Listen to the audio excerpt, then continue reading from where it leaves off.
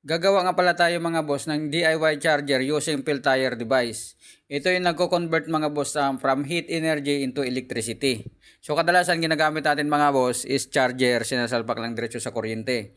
So ngayon mga boss, gagawa tayo ng DIY charger, cellphone charger gamit ang Peltier device mga boss.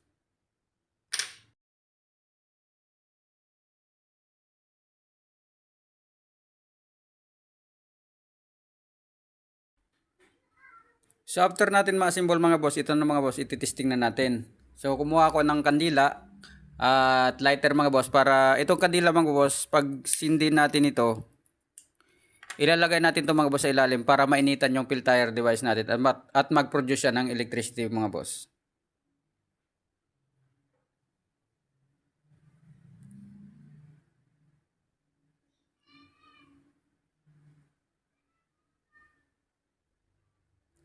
So titingnan natin mga boss kung ilang minuto siya bago mag-activate. So ayan mga boss, ilang minuto lang nagkaroon mga boss ng power yung cellphone natin. So ibig sabihin mga boss, nagcha-charge po siya.